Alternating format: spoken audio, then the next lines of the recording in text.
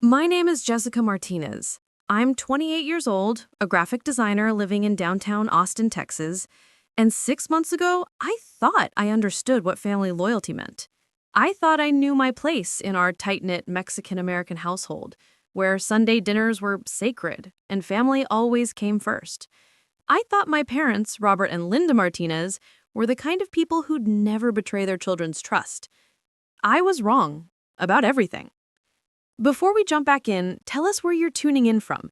And if this story touches you, make sure you're subscribed because tomorrow I've saved something extra special for you. It started innocently enough. My younger brother Michael had just gotten engaged to Ashley Chen, a bubbly social media influencer with expensive taste and bigger dreams. The engagement party was beautiful, held at some upscale venue in South Austin where everything sparkled and everyone smiled for Ashley's Instagram stories. I was genuinely happy for them, even if Ashley's constant photo taking and talk about their dream wedding felt a little overwhelming.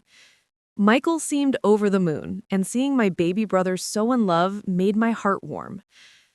But as the weeks passed after that engagement party, something shifted in my family's dynamic. My parents became secretive, whispering in corners and abruptly changing subjects whenever I walked into rooms. Phone calls would end suddenly when I appeared.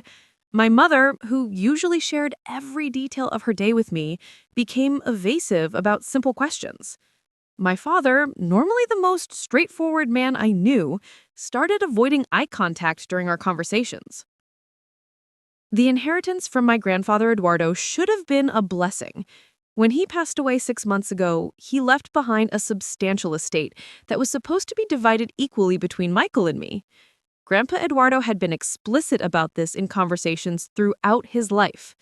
The $180,000 in cash, plus his prized vintage watch collection worth another $50,000, was meant to give both his grandchildren a solid foundation for our futures.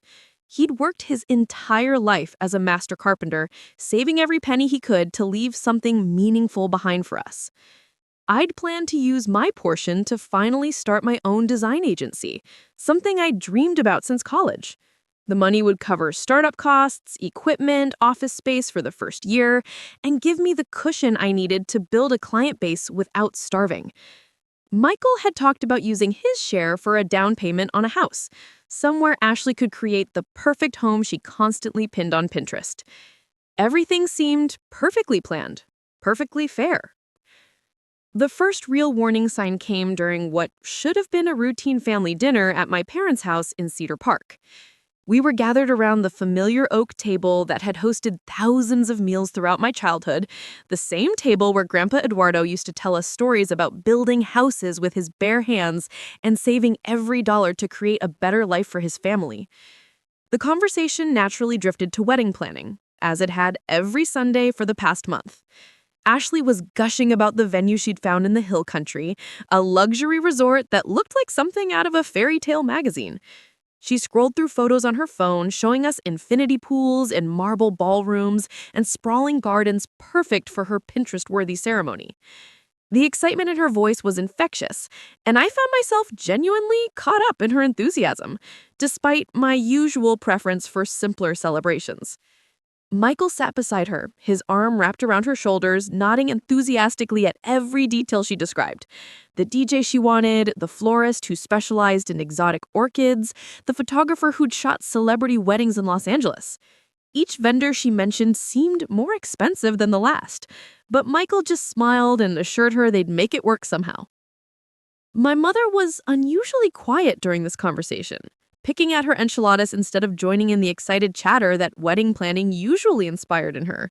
She loved event planning, had always been the one to organize family celebrations and neighborhood gatherings. Her silence felt strange, almost heavy in the warm kitchen filled with the smell of her homemade salsa and the sound of Ashley's animated descriptions. My father kept checking his phone, something he rarely did during family dinners. He'd always been strict about keeping devices away from the table, insisting that family time was sacred and undivided attention was a sign of respect.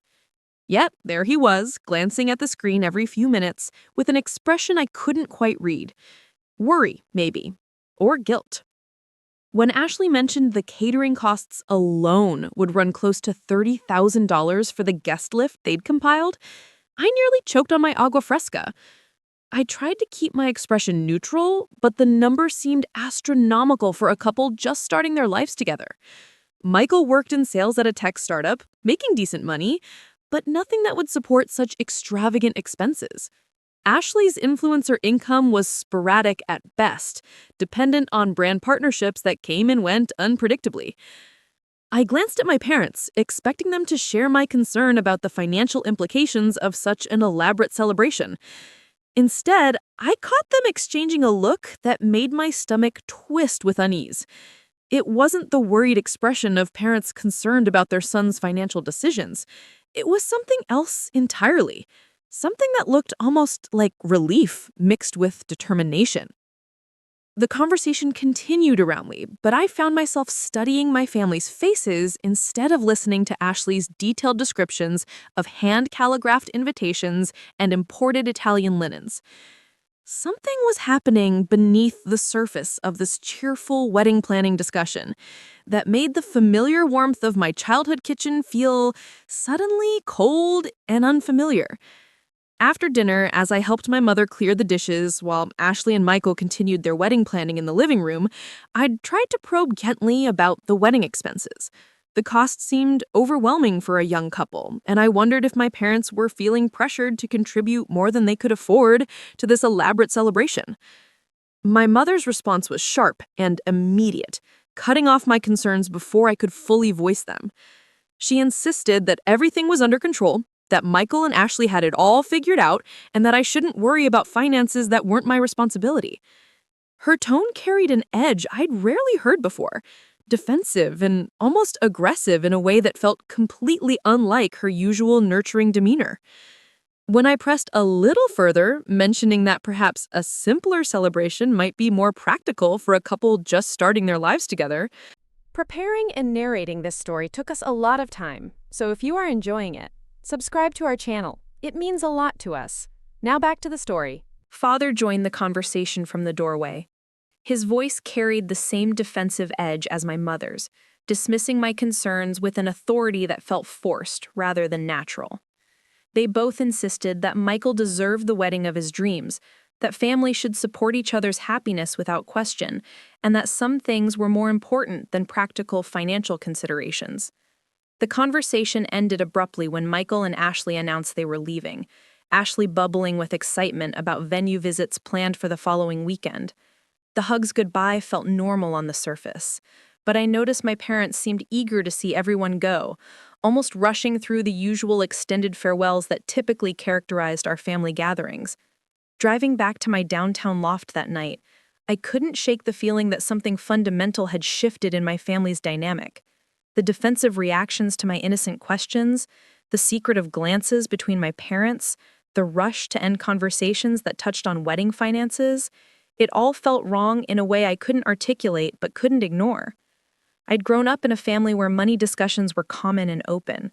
My parents had always been transparent about household finances, involving Michael and me in discussions about major purchases and teaching us the value of careful financial planning. This sudden secretiveness around Ashley and Michael's wedding expenses felt like a departure from everything I'd known about how our family operated.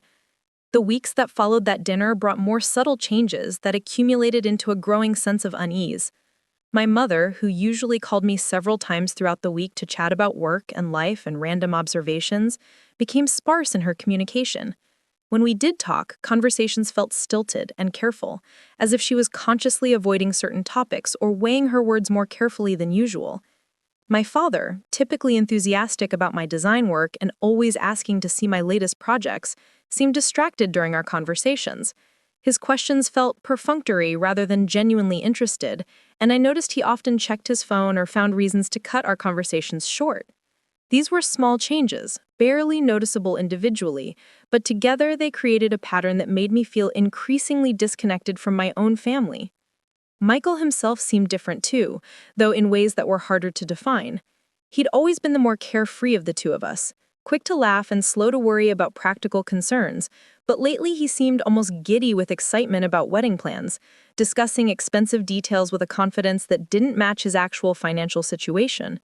When I gently questioned how he planned to afford some of the more extravagant elements Ashley had her heart set on, he just smiled mysteriously and assured me that everything would work out perfectly. The mystery deepened when I ran into Tyler Brooks, Michael's best friend and chosen best man, at a coffee shop near my office. Tyler and I had always gotten along well, bonding over our shared concern for Michael's tendency to make impulsive decisions without considering long-term consequences. We sat together at a small table by the window, catching up over lattes and discussing wedding preparations. Tyler's comments about the wedding plans struck me as odd. He mentioned being surprised by how elaborate everything was becoming, especially given what he knew about Michael's financial situation.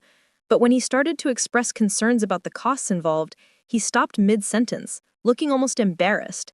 He changed the subject quickly, asking about my work instead, but not before I caught a glimpse of confusion in his expression that mirrored my own growing concerns.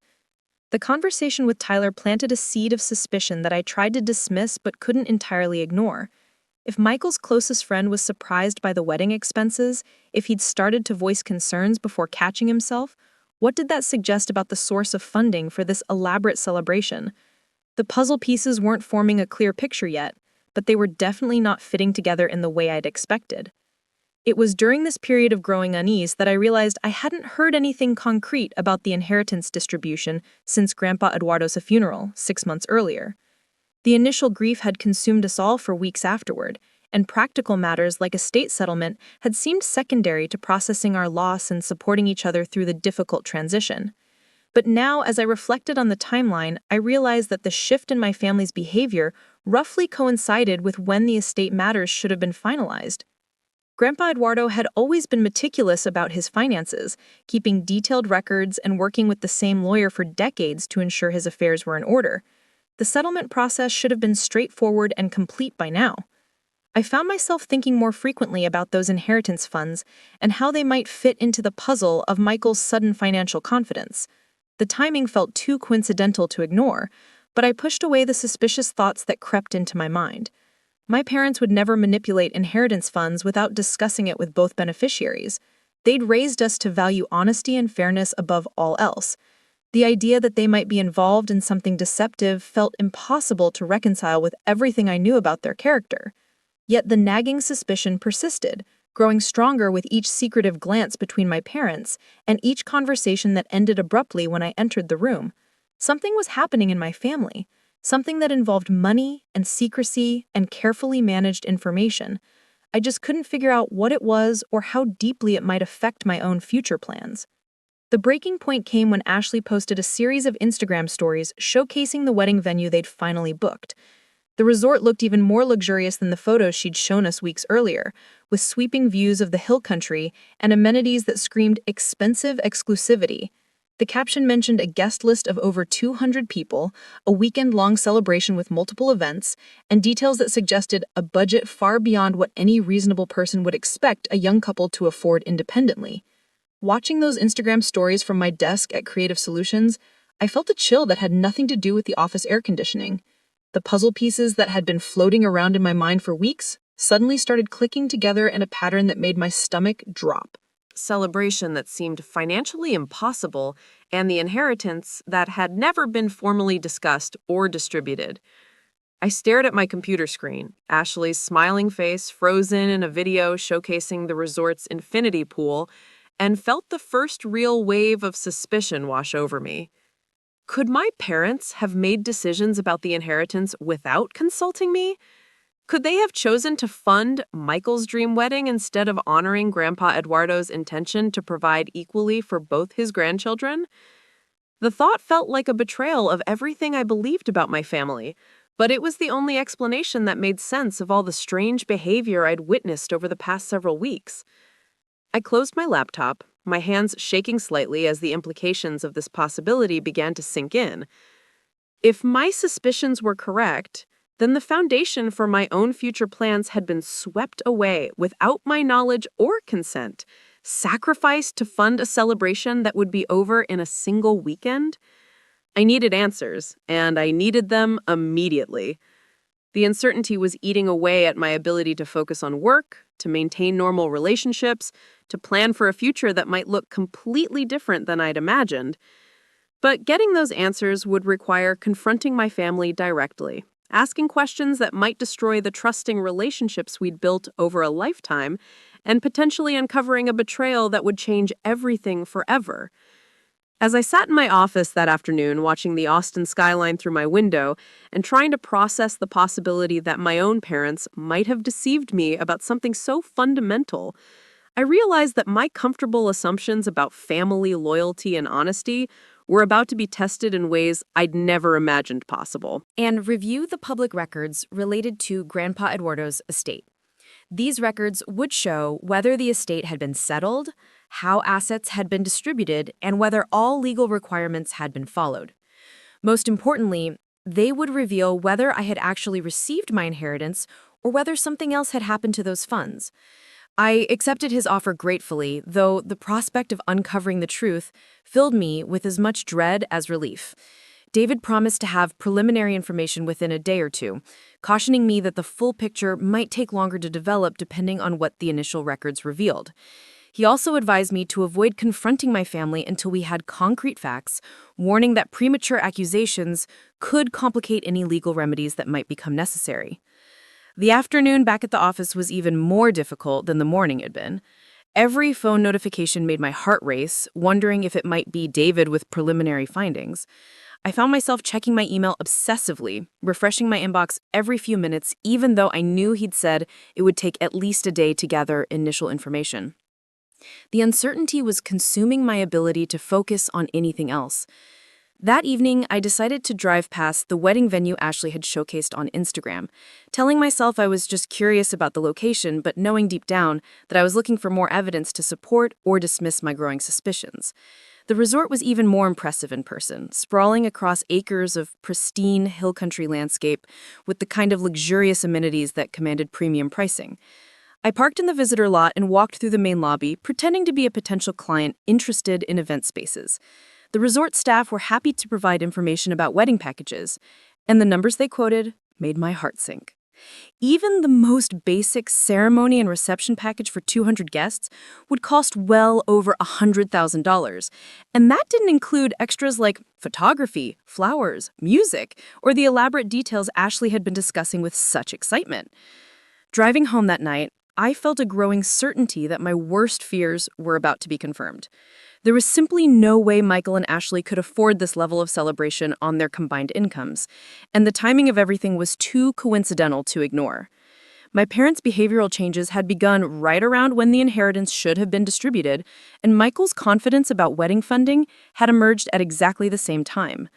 The next day brought a text message from David that made my stomach drop, even though I'd been expecting bad news.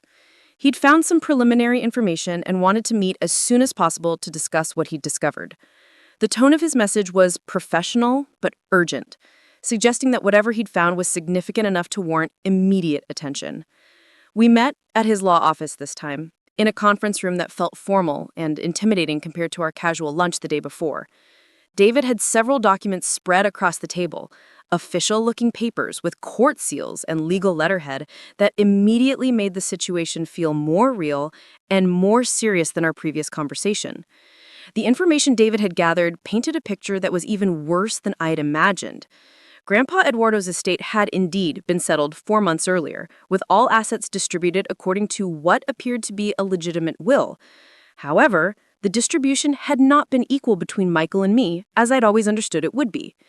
Instead, the entire inheritance had been allocated to my parents as trustees, with instructions that they distribute the funds to their children as they saw fit.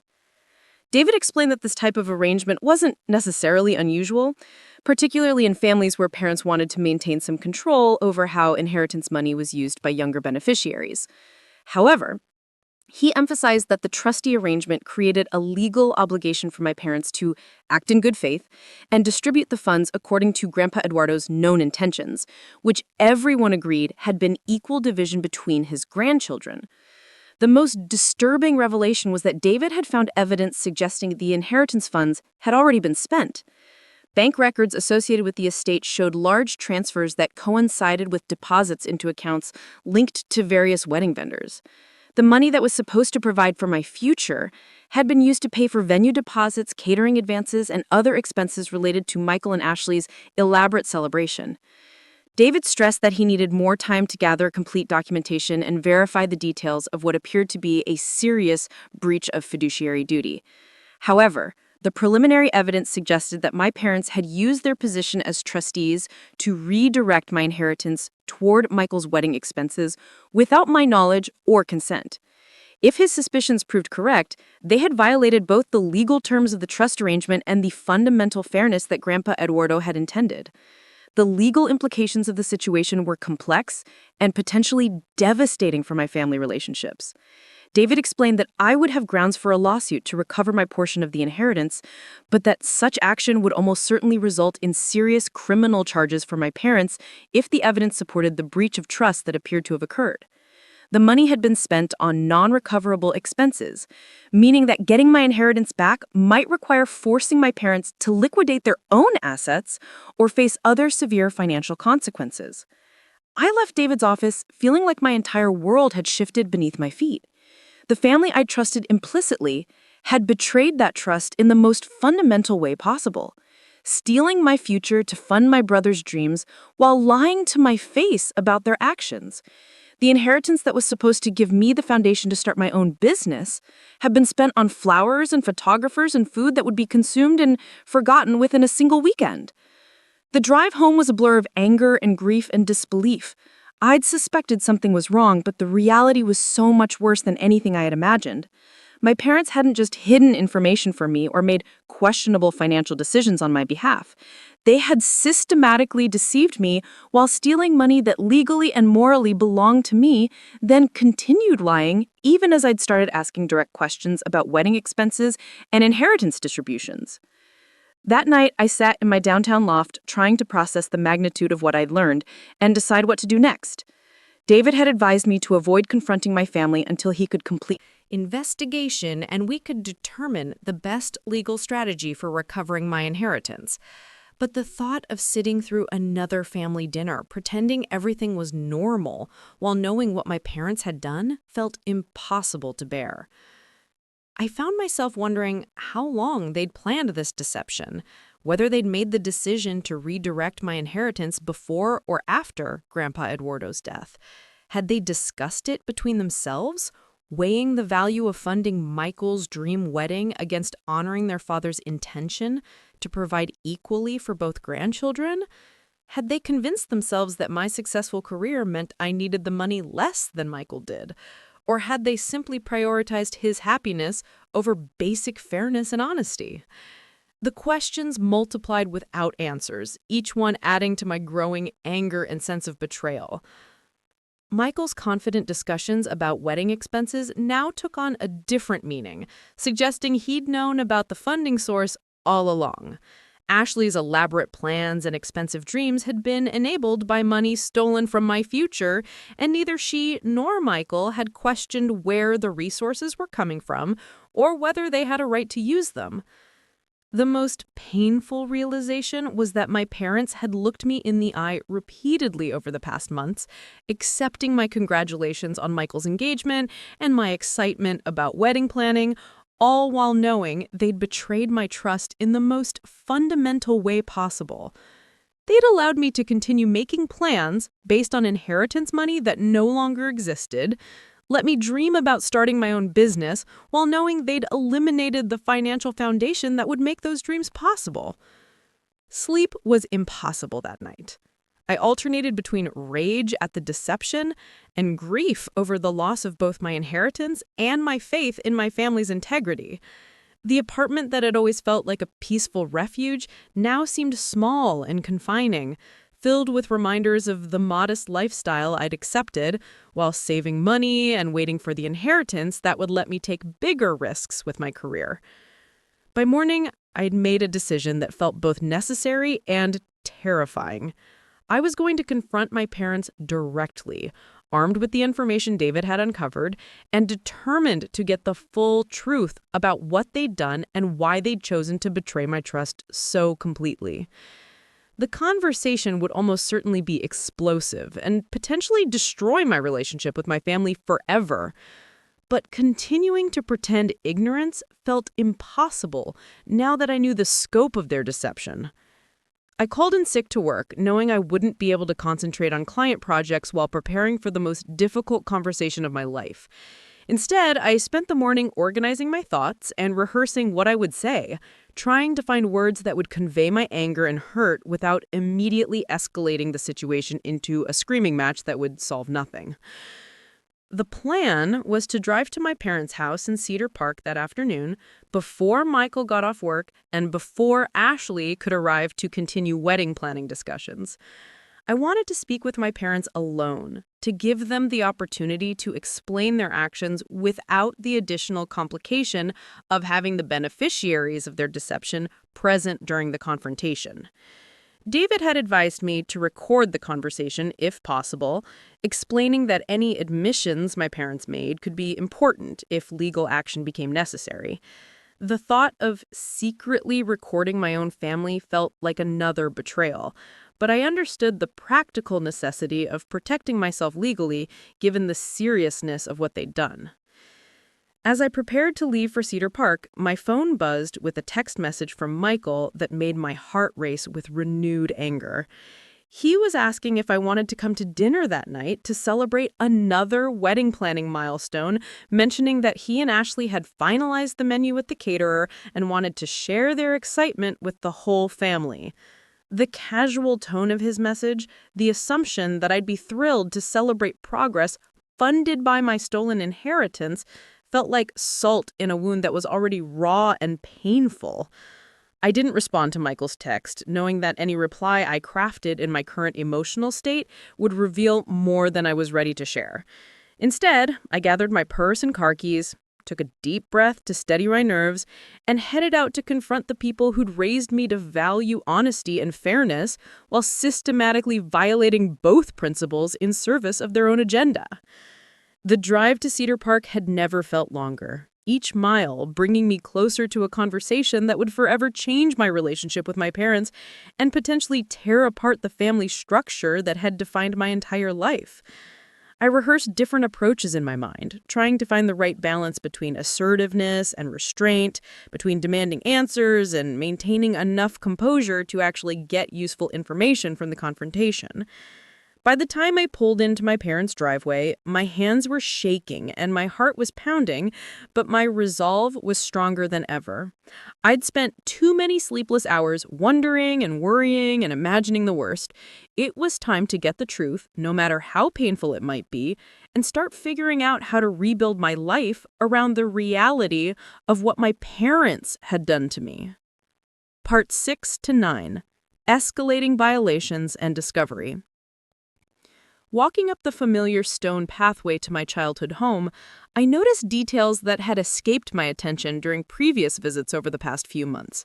The landscaping looked more manicured than usual, with expensive new plants lining the walkway and a decorative fountain that definitely had not been there during my last visit several weeks ago. The house itself appeared to have received fresh paint, and I could see what looked like new outdoor furniture arranged on the back patio visible through the side gate. These improvements struck me as odd, given my parents' supposed concern about Michael's wedding expenses and their general tendency toward financial conservatism. Throughout my childhood, home improvements had been carefully planned and budgeted events, often delayed for months while my parents saved up the necessary funds. The casual appearance of multiple expensive upgrades suggested a level of disposable income that didn't align with their recent behavior around money discussions. My mother answered the door with her usual warm smile, but I noticed something forced about her cheerfulness that I'd missed during previous interactions. She seemed genuinely surprised to see me, explaining that she thought I was working and asking whether everything was all right. Her questions felt probing in a way that made me uncomfortable, as if she was assessing whether my unexpected visit indicated some kind of problem or suspicion. The interior of the house revealed additional changes that deepened my growing unease. The living room featured a new leather sectional sofa that I knew had to cost several $1,000s, replacing the perfectly functional furniture that had served the family for years. The kitchen displayed new appliances, including a high-end coffee machine that looked like something from an expensive restaurant rather than a suburban family home. My father emerged from his home office carrying paperwork that he quickly shuffled into a folder when he saw me, his movements hurried and slightly defensive. His greeting was enthusiastic but brief, and I noticed him glancing at the folder as if concerned about its contents being visible. When I asked about his projects, mentioning that he seemed busy with important documents, he dismissed the question with vague references to routine financial paperwork that didn't require discussion. I attempted to steer the conversation toward family finances and recent expenditures, commenting on the beautiful home improvements and asking about their decision to invest in upgrades. My mother's response was immediately defensive, her tone shifting from welcoming to sharp, as she explained that they'd simply decided to treat themselves after years of being too conservative with their spending. She emphasized that they deserved to enjoy their money while they were still young enough to appreciate nice things. The conversation became more strained when I mentioned Michael's wedding expenses and wondered aloud how everyone was managing the financial pressures of such an elaborate celebration. Both parents exchanged another one of those loaded glances that had become increasingly common, and my father's response carried an edge of irritation that seemed disproportionate to my innocent question. He explained that Michael's wedding was being handled appropriately and that I shouldn't concern myself with financial arrangements that didn't involve me directly. The phrase stuck in my mind because it felt like such a departure from our family's traditional approach to open communication about important matters. Throughout my life, my parents had included both Michael and me in discussions about significant financial decisions, treating us as valued family members whose input and understanding mattered. My mother attempted to soften the conversation by offering coffee and suggesting we sit down to catch up properly, but the damage was already done. The defensive reactions to my questions, combined with the obvious evidence of recent expensive purchases, created a pattern that aligned perfectly with David's preliminary findings about the inheritance funds being redirected toward wedding expenses. When I pressed a little further, asking directly about the timeline for Grandpa Eduardo's estate settlement and whether there were any updates I should know about, the atmosphere in the room became openly hostile. My father's face reddened as he demanded to know why I was suddenly so interested in inheritance matters, suggesting that my questions indicated an unhealthy obsession with money that disappointed him. My mother joined the defensive response, accusing me of being greedy and impatient about inheritance funds that would be distributed when the time was appropriate. She reminded me that I had a good job and a stable life, implying that my interest in the inheritance revealed character flaws that she hadn't previously recognized in her daughter. The conversation escalated quickly into territory that felt completely unfamiliar for our family dynamic. Both parents seemed genuinely angry that I'd raised questions about estate settlement and financial transparency, treating my concerns as personal attacks rather than legitimate inquiries about matters that directly affected my future planning. I left that confrontation feeling more confused and suspicious than when I'd arrived. The expensive home improvements, the defensive reactions to innocent questions, and the hostile response to direct inquiries about inheritance timing all pointed toward the conclusion that David's preliminary findings were accurate. My parents were spending money they shouldn't have access to, and they were determined to prevent me from understanding the source or scope of their financial activities. The drive back to downtown Austin gave me time to process what I'd observed and heard, and by the time I reached my loft, I was convinced that my worst fears were being confirmed. I called David immediately, describing the conversation and the evidence of expensive purchases that seemed to correlate with the timeline of inheritance fund transfers he'd identified in the estate records. David listened carefully to my report, asking detailed questions about specific purchases and the exact language my parents had used when discussing financial matters. His professional assessment was that the behavioral evidence supported his documentary findings, and he recommended that we accelerate the investigation to gather complete information before my parents became aware of our scrutiny and potentially took steps to conceal additional evidence. That evening brought an unexpected call from Sarah Kim, my coworker at Creative Solutions, who'd noticed my distracted behavior over the past several days and was calling to check on my well-being. During our conversation, she mentioned something that sent chills down my spine and added another piece to the puzzle I was struggling to solve.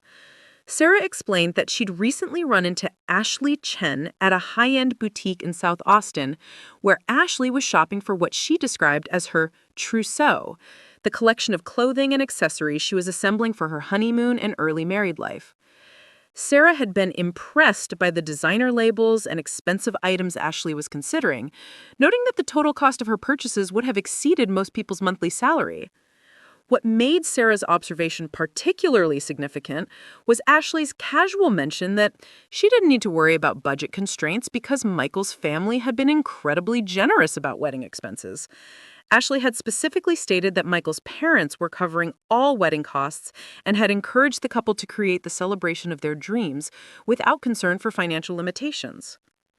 This information provided crucial confirmation of what I had already begun to suspect based on David's research and my own observations. Ashley's comments indicated that my parents had positioned themselves as the generous financiers of Michael's wedding without mentioning that their generosity was being funded by inheritance money that belonged partially to me. The timeline was becoming clearer with each new piece of information. My parents had gained access to inheritance funds through their trustee position, redirected those funds toward Michael's wedding expenses, and then presented themselves as generous benefactors supporting their son's happiness. Meanwhile, they'd kept me completely uninformed about estate settlement while allowing me to continue planning my own future around inheritance money that no longer existed. Sarah's call also revealed that Ashley had been discussing wedding details with mutual acquaintances around Austin, describing expenses and arrangements that made it clear the celebration would cost significantly more than David's preliminary research had suggested. The scope of financial commitment appeared to encompass not just the ceremony and reception, but also honeymoon expenses, furniture for the couple's new apartment, and what Ashley described as a generous cash gift to help them start their married life. After ending the call with Sarah, I spent the evening researching wedding costs and vendor pricing, trying to estimate the total financial commitment my parents had made using inheritance funds. Even conservative calculations suggested they'd spent well over $200,000 on Michael's wedding and related expenses, an amount that would have completely exhausted both his inheritance and mine, while leaving nothing for the business venture I'd planned to fund with Grandpa Eduardo's legacy. The emotional impact of understanding the full scope of what had been taken from me was devastating. This wasn't just about money, though the financial implications were serious enough to derail my career plans for years. The betrayal involved my parents' willingness to lie to my face repeatedly while systematically stealing my future to fund my brother's dreams. I found myself wondering whether Michael knew the source of his wedding funding or whether he'd been told some fiction about my parents' financial situation. Did he understand that his elaborate celebration was being purchased with money that Grandpa Eduardo had intended for both his grandchildren? Did Ashley know that her designer wedding dress and exotic honeymoon were being funded by theft from her future sister-in-law? The questions multiplied without answers, each one adding to my sense of isolation and betrayal. The family structure I'd trusted implicitly had been revealed as a facade concealing systematic deception and financial manipulation. The parents who'd raised me to value honesty and fairness had abandoned both principles when it suited their agenda. Sleep was again impossible that night. I alternated between fury at the scope of the deception and grief over the loss of both my inheritance and my faith in my family's integrity. The modest apartment that had always felt like a stepping stone toward bigger dreams now seemed like a prison, trapping me in a lifestyle I'd accepted while waiting for inheritance money that would never materialize. By morning, I'd reached a decision that felt both necessary and terrifying. I was going to confront my parents again, this time armed with specific information about estate records and wedding expenses. The conversation would almost certainly destroy my relationship with my family, but continuing to pretend ignorance while they spent my inheritance on Michael's celebration felt impossible. David had scheduled a follow-up meeting for later that week to review additional documentation he'd requested from the probate court and estate administrators. However, I was no longer willing to wait for complete legal confirmation of what I already knew to be true. The behavioral evidence, combined with Sarah's information about Ashley's shopping and comments, provided sufficient proof that my inheritance had been stolen and spent. I decided to drive to Michael's apartment that afternoon, hoping to speak with him directly about wedding funding before confronting my parents again. If he was aware of the inheritance situation, his reaction would help me understand whether he'd been a willing participant in the deception or an unwitting beneficiary of my parents' manipulation. The conversation with Michael would serve as a test of his character and his relationship with me. If he'd known that his wedding was being funded by my stolen inheritance, his willingness to accept that arrangement would reveal priorities that I'd never recognized in my younger brother.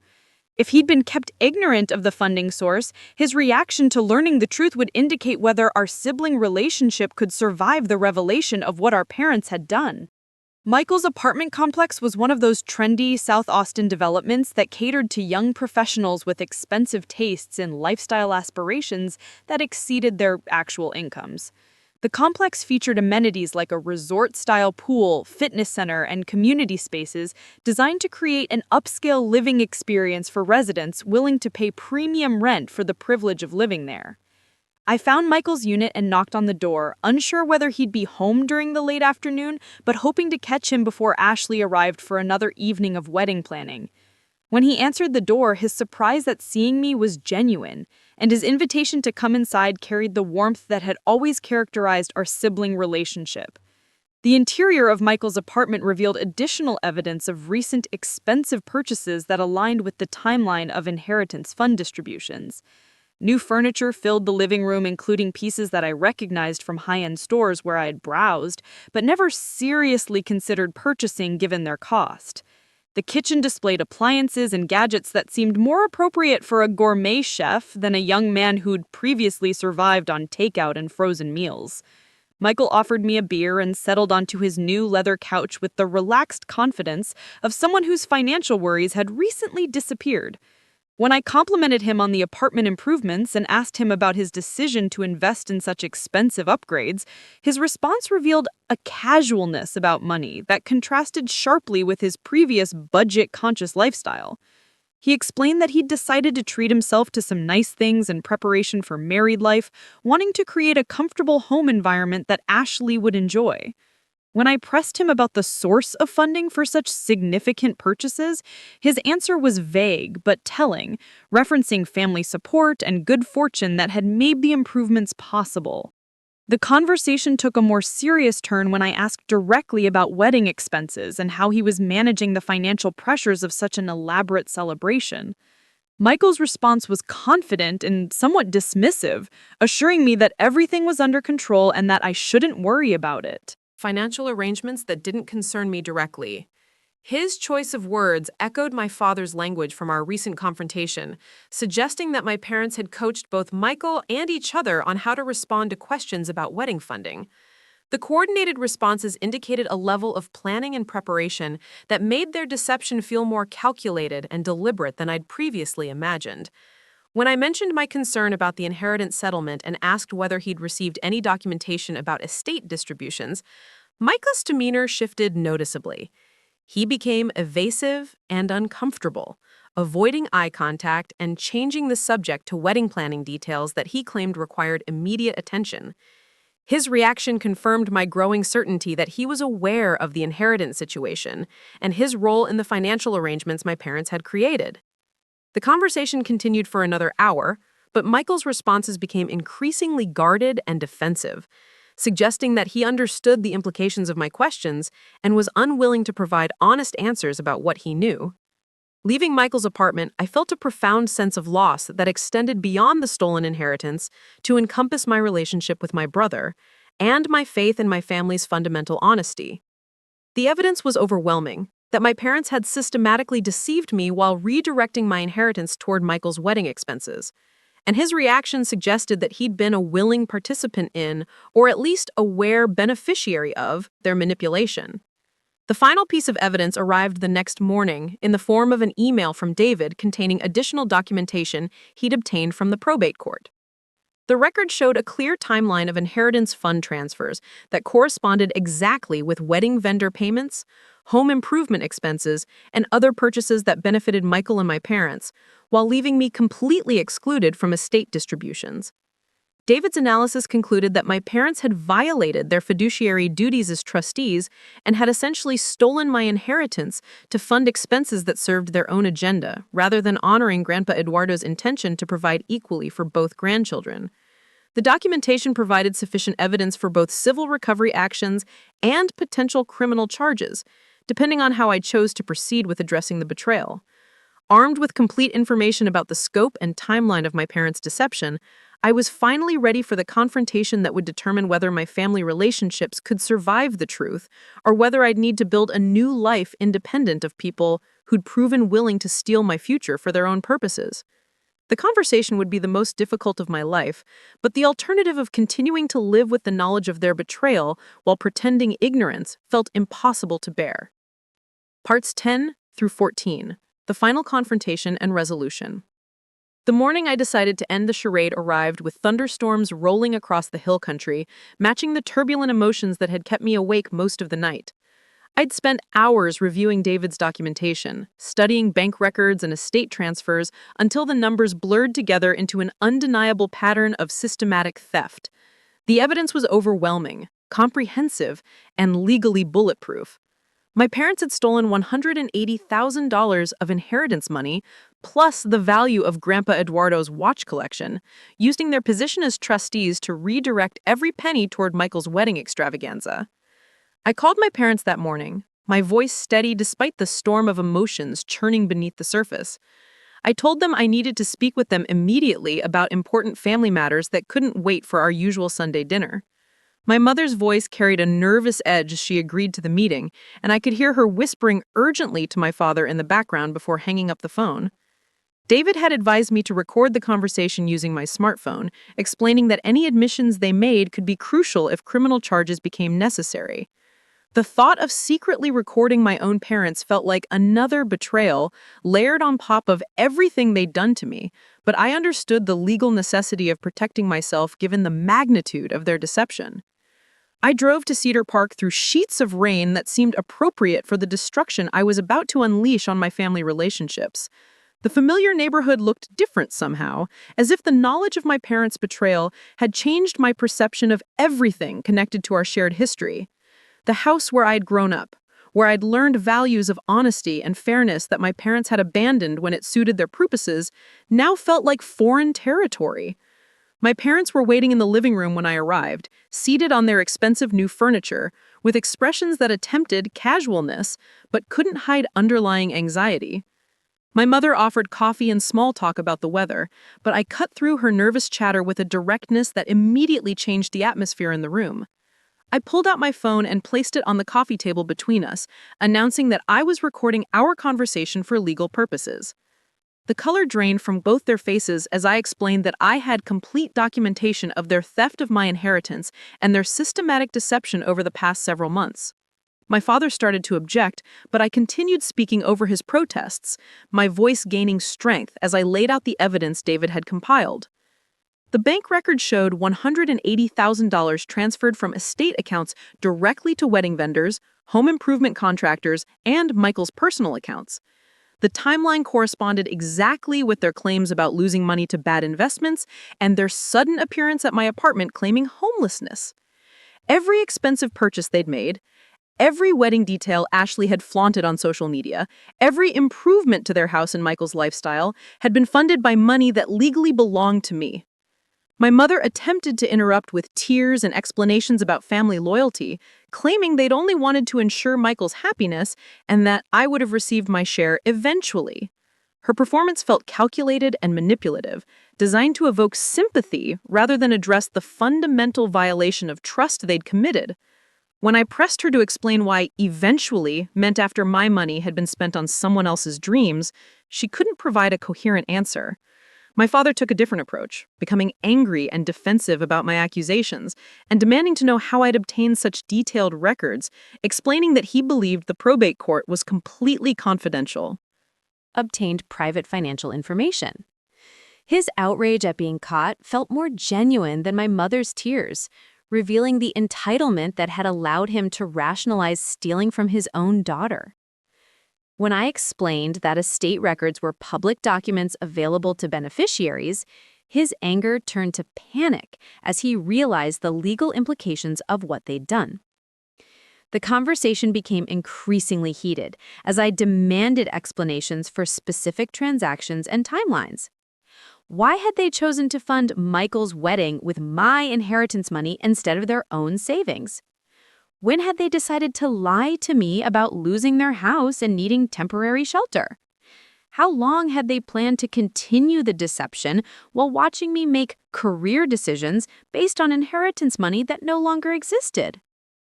Their answers revealed a level of calculation and premeditation that made their betrayal even more painful. They discussed redirecting my inheritance months before Grandpa Eduardo's death, convinced that Michael needed the money more than I did because of his upcoming marriage and Ashley's expensive expectations. They'd planned the fake homelessness story as a way to gauge my reaction and ensure I wouldn't immediately question their financial situation. Most devastating was their admission that they'd never intended to tell me the truth about the inheritance distribution. They'd planned to maintain the deception indefinitely, allowing me to believe my inheritance was still coming while using every penny to establish Michael and Ashley in the lifestyle they desired. The business I dreamed of starting would have remained forever out of reach, while my inheritance funded my brother's honeymoon and household expenses. When I demanded immediate repayment of the stolen funds, my parents' responses revealed the full scope of the financial hole they'd created. The money was gone, spent on non-recoverable wedding expenses and home improvements that couldn't be easily liquidated. Even if they sold their house and liquidated their retirement accounts, they couldn't generate enough cash to restore my inheritance without destroying their own financial security. My father's suggestion that I should be understanding about their situation because family members should support each other's happiness revealed the twisted logic that had allowed them to rationalize their theft.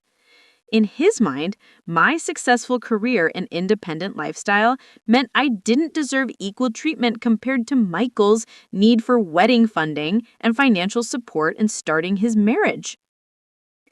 The conversation reached its breaking point when my mother accused me of being selfish and money-obsessed, claiming that my pursuit of inheritance funds proved I'd cared more about material wealth than family relationships.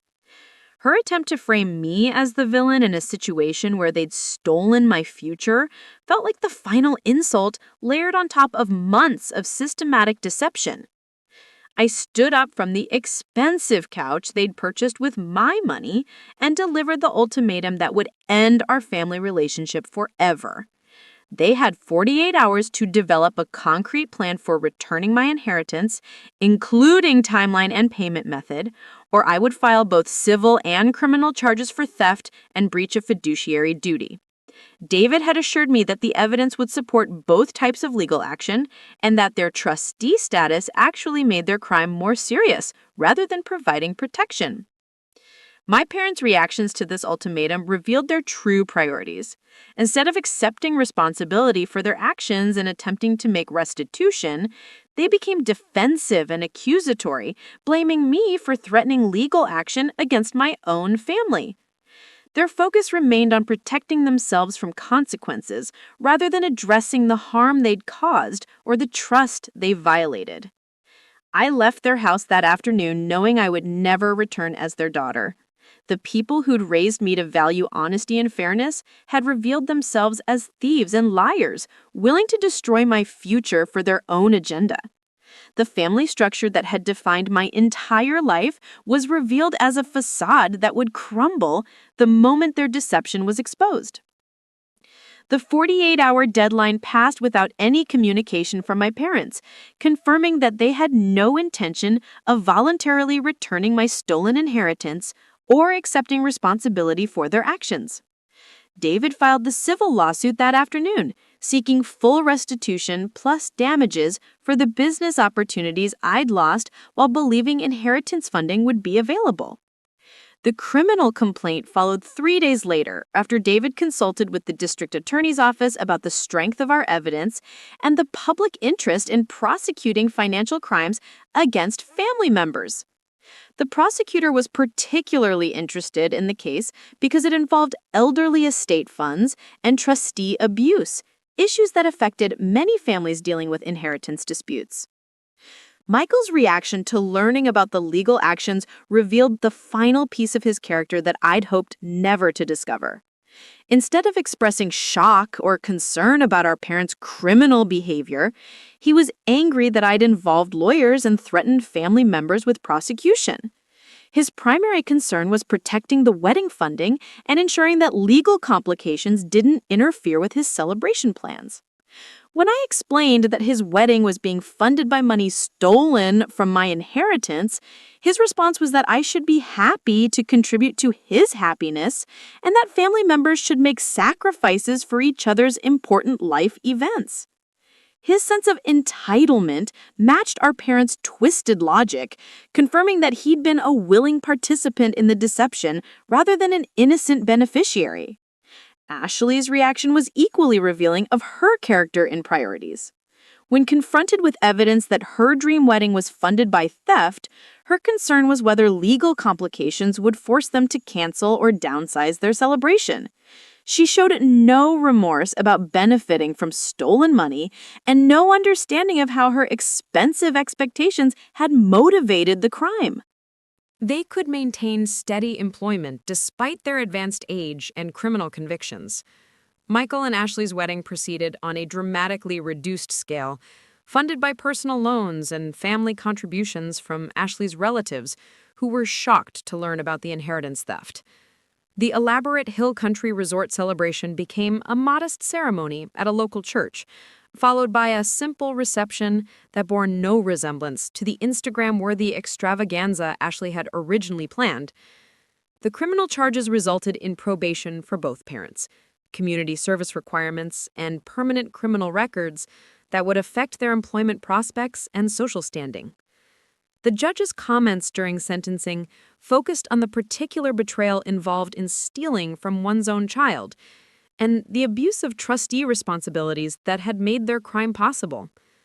I used the recovered inheritance funds to finally start the graphic design agency I dreamed about for years, naming it Eduardo Creative in honor of my grandfather's memory and his intention to provide opportunities for his grandchildren's success. The business grew quickly, fueled by my determination to prove that his sacrifice and savings had ultimately served their intended purpose, despite my parents' attempt to redirect his legacy. The personal cost of pursuing justice was significant and lasting. I lost not just my parents and brother, but extended family members who chose sides in the dispute and blamed me for destroying family unity, rather than holding the actual criminals responsible for their actions. Holiday gatherings, family celebrations, and the support network I'd counted on throughout my life disappeared, along with my faith and familial loyalty.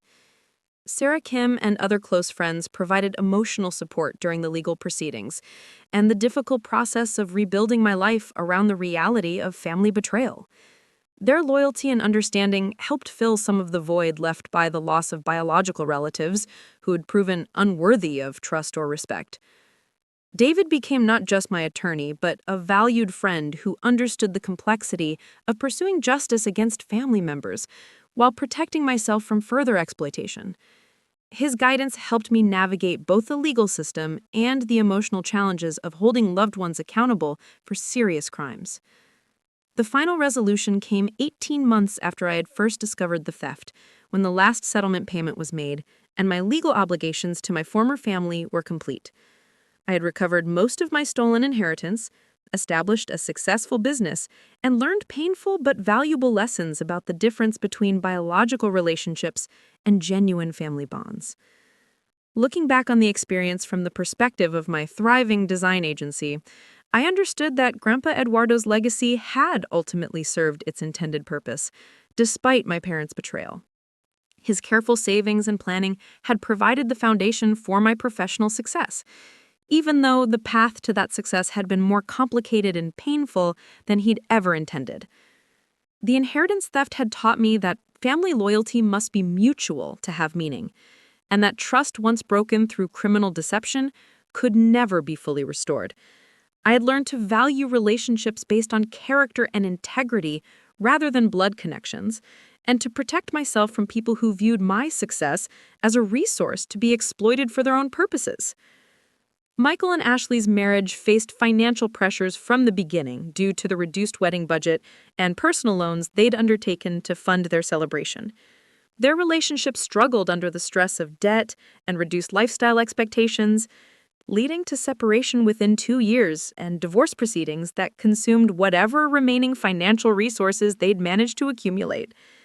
My parents' retirement was permanently damaged by the restitution requirements and legal expenses associated with their criminal convictions. They were forced to sell their home and move to a modest apartment, living on Social Security and part-time employment income that barely covered their basic expenses and settlement payments. The watch collection that had been part of Grandpa Eduardo's estate was eventually recovered through additional legal action, though several pieces had been sold by my parents during the period when they were attempting to generate cash for restitution. The remaining watches became centerpieces in my apartment, daily reminders of his love and sacrifice, and the importance of honoring the intentions of those who worked to provide for future generations. I never regretted the decision to pursue legal action against my parents, despite the personal cost and family destruction that resulted. The alternative would have been accepting the theft of my inheritance and allowing their deception to succeed, essentially rewarding criminal behavior and encouraging future exploitation of my resources and trust. The experience fundamentally changed my approach to relationships and financial planning, making me more cautious about sharing personal information and more protective of my independence and resources.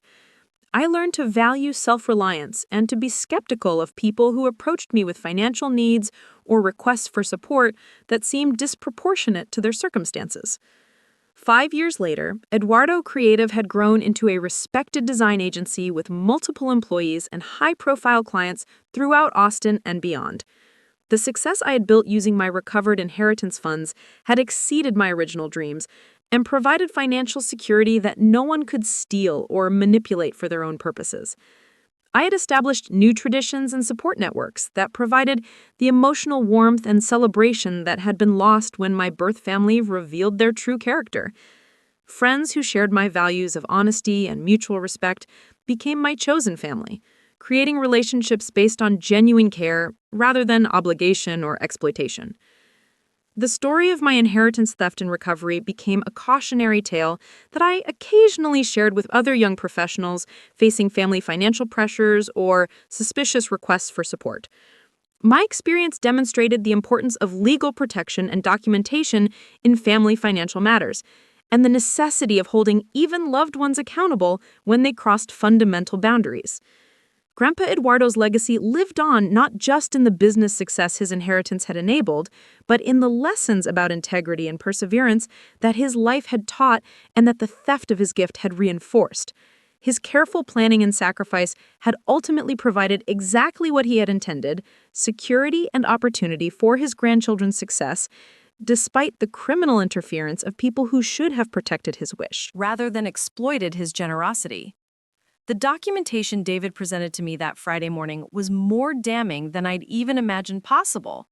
Spread across his conference table were bank statements, estate transfer records, vendor receipts, and legal filings that painted a comprehensive picture of systematic financial fraud orchestrated by the people who'd raised me to believe in honesty and integrity above all else. The evidence was so overwhelming and detailed that it left no room for misinterpretation or excuse-making.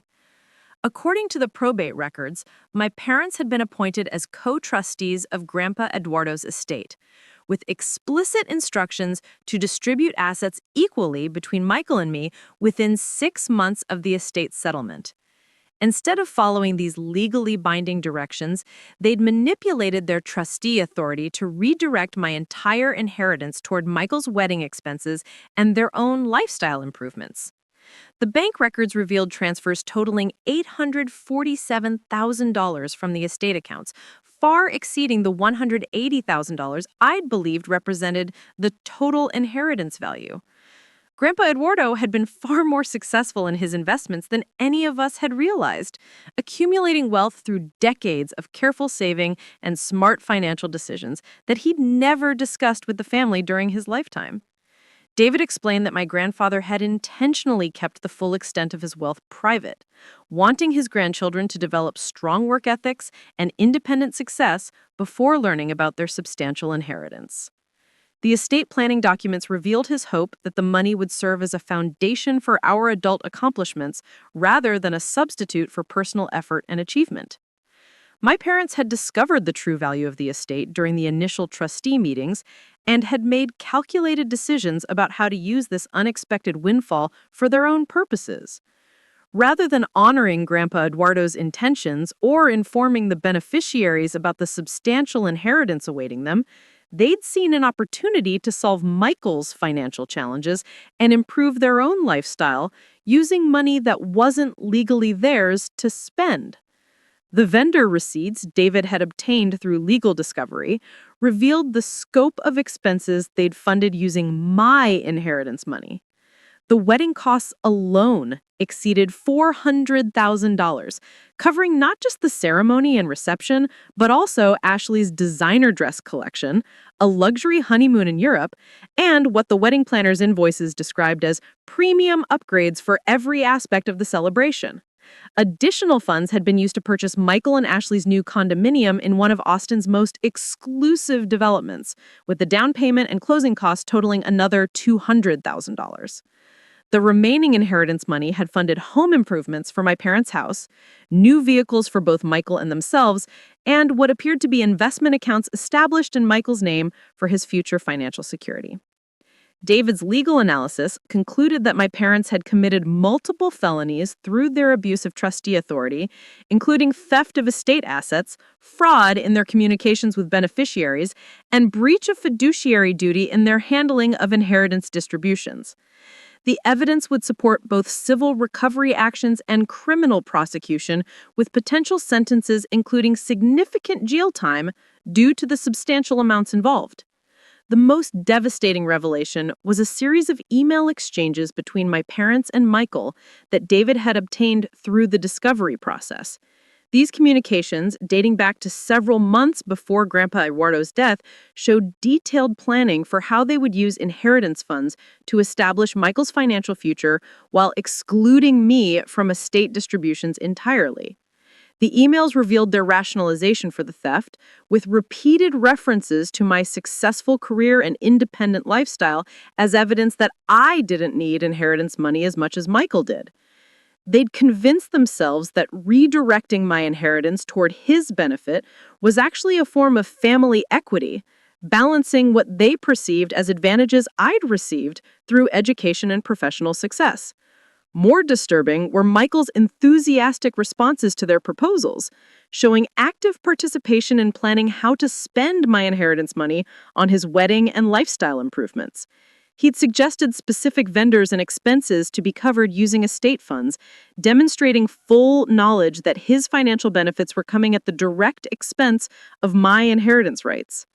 Ashley's involvement was documented through text message exchanges with Michael that discussed wedding budget expansion possibilities once his family's financial support had been secured. Her messages showed awareness that the funding source was inheritance money, along with casual dismissal of any concerns about the fairness of using those funds for their celebration instead of distributing them as originally intended. The timeline revealed by David's investigation showed that my parents had begun implementing their deception immediately after being appointed as trustees, transferring estate funds to accounts they controlled and beginning payments to wedding vendors within weeks of gaining access to Grandpa Eduardo's assets. Their claims about financial difficulties and bad investments had been fabricated from the beginning, designed to explain their temporary living situation at my apartment while concealing their actual wealth and spending activities.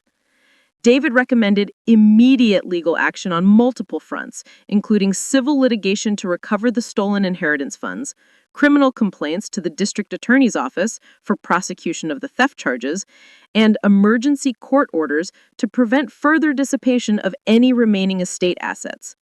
He estimated that the strength of our evidence would result in favorable outcomes across all these legal proceedings. The meeting concluded with David preparing the initial legal filings, while I struggled to process the magnitude of betrayal revealed by his investigation. The theft was far worse than I had imagined, involving not just my original inheritance, but a substantial fortune that Grandpa Eduardo had accumulated specifically to provide security for his grandchildren's futures. I drove home from David's office feeling emotionally devastated, but legally empowered, knowing that justice would finally be served for the systematic fraud my family had perpetrated. The evidence was overwhelming and the legal remedies were clear, but the personal cost of pursuing them would include the complete destruction of every family relationship I'd valued throughout my life. That evening brought Unexpected phone call from Dr. James Mitchell, who'd been Grandpa Eduardo's physician for the last decade of his life. Dr. Mitchell explained that he'd been following the probate proceedings due to his role as a witness to estate planning documents, and he'd become concerned about irregularities he'd noticed in the trustee reports filed with the court. Dr. Mitchell revealed that Grandpa Eduardo had discussed his estate planning extensively during medical appointments, expressing specific intentions about how inheritance funds should be used to support both grandchildren equally in their adult endeavors. The doctor had been surprised by the trustee reports indicating that estate distributions had been concentrated entirely on Michael's benefit, particularly given the explicit equal treatment Grandpa Eduardo had always emphasized. More significantly, Dr. Mitchell possessed copies of handwritten notes Grandpa Eduardo had prepared during his final months, detailing his hopes for how inheritance funds would enable both grandchildren to pursue their dreams and establish successful independent lives. These notes would serve as powerful evidence of his true intentions and the extent to which my parents had violated their trustee responsibilities. The doctor's call also revealed that other family friends had expressed concerns about the inheritance distributions, particularly after observing the lavish spending associated with Michael's wedding and lifestyle improvements. Several people who'd known Grandpa Eduardo well had questioned whether such expensive celebrations aligned with his values and his known intentions for estate fund usage. Dr. Mitchell offered to testify in any legal proceedings about Grandpa Eduardo's explicit statements regarding equal inheritance treatment, and he provided copies of the handwritten notes that would demonstrate the clear violation of my grandfather's intentions. This additional evidence strengthened our legal position significantly and provided powerful testimony about the true purpose of the inheritance funds. The next morning brought the confrontation I'd been planning since learning the full scope of my family's deception. I called my parents and insisted on an immediate meeting, explaining that I had urgent information about the estate settlement that required discussion. My mother's voice carried obvious anxiety as she agreed to meet, and I could hear whispered conversations in the background suggesting they suspected serious problems. I arrived at their house armed with copies of David's documentation and a digital recorder to capture their responses to the evidence of their crimes. The expensive improvements I'd noticed during previous visits now took on new meaning, representing tangible proof of how they'd used my stolen inheritance to enhance their own comfort and lifestyle. My parents were waiting in their upgraded living room, seated on furniture I now knew had been purchased with money that legally belonged to me. Their attempts at casual conversation felt forced and artificial, revealing the underlying tension they felt about the purpose of my unexpected visit. I began by placing the estate documentation on their coffee table and explaining that I discovered the true value of Grandpa Eduardo's inheritance and the complete record of how they distributed those funds. Their faces went pale as I outlined the evidence David had compiled, showing systematic theft of estate assets and deliberate deception about inheritance distributions. The initial shock gave way to defensive anger as my father attempted to justify their actions by claiming they'd made decisions in the family's best interest. He insisted that Michael's need for financial support in starting his marriage had outweighed my established career success and independent financial stability. My mother joined the defensive response by arguing that inheritance distributions were discretionary decisions that trustees could make based on their assessment of beneficiary needs. She claimed that my successful lifestyle proved I didn't require inheritance money as urgently as Michael did for his wedding and housing expenses. Their justifications revealed the self-serving logic they'd used to rationalize stealing my inheritance, along with a fundamental misunderstanding of their legal obligations as trustees. I countered their arguments by reading directly from the estate planning documents that specified equal distribution requirements and the timeline for completing beneficiary payments. When confronted with Grandpa Eduardo's handwritten notes about his intentions for equal treatment, both parents became visibly distressed but continued attempting to justify their decisions. They insisted that circumstances had changed since the estate planning was completed and that practical considerations had required modifications to the original distribution plan. I demanded immediate action to restore my inheritance rights, including transfer of the condominium they'd purchased for Michael back to estate ownership and liquidation of other assets to generate funds for proper distribution. Their response was that such actions were impossible without destroying Michael's marriage and financial security, revealing their continued prioritization of his interests over legal requirements. The conversation escalated when I announced that criminal charges would be filed within 24 hours unless they developed a concrete plan for returning my stolen inheritance. My father's anger boiled over into threats about family loyalty and consequences for legal action against parents, while my mother dissolved into tears about the destruction of family relationships. Their responses confirmed that they had no intention of voluntarily correcting their theft or accepting responsibility for violating their trustee duties. They remained focused on protecting themselves and Michael from consequences rather than addressing the harm they'd caused or the trust they'd destroyed. I left their house that day knowing our relationship was permanently severed, but feeling empowered by the strength of the evidence and the clarity of the legal remedies available. The people who'd raised me had revealed their true character through systematic deception and theft, and they would face appropriate consequences for their criminal behavior. David filed the criminal complaints the following morning, presenting evidence to the district attorney's office that resulted in immediate investigation and grand jury proceedings. The civil litigation followed within days, seeking full recovery of stolen assets, plus damages for the opportunities I'd lost while believing inheritance funds would be available for my business plans. Michael's reaction to learning about the legal actions was revealing of his character and priorities. Instead of expressing shock about our parents' criminal behavior, he was primarily concerned about protecting his financial benefits and ensuring that legal complications didn't threaten his comfortable lifestyle or marriage stability.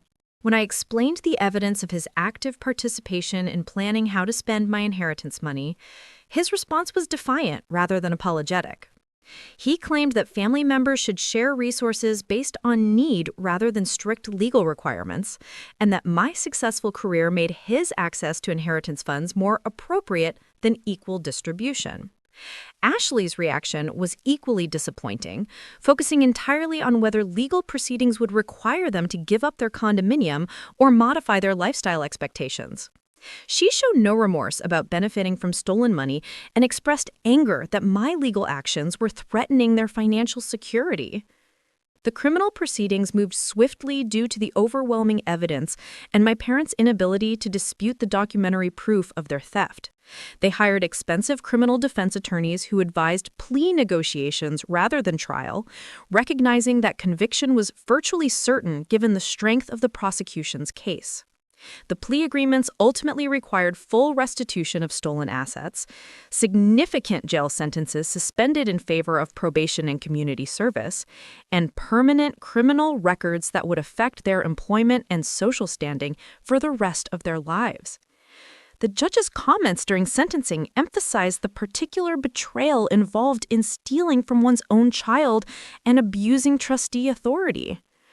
Michael and Ashley were forced to surrender the condominium and most of their expensive possessions to satisfy restitution requirements, dramatically reducing their lifestyle and creating marital stress that ultimately led to separation within 18 months. Their wedding debt combined with asset forfeiture left them in worse financial condition than they'd been in before the inheritance theft. The recovery process took nearly 2 years to complete, but ultimately restored most of my inheritance along with additional damages for the business opportunities I'd lost during the period when I believed the funds were unavailable. The total recovery exceeded $600,000, providing the substantial foundation for business development that Grandpa Edgardo had intended.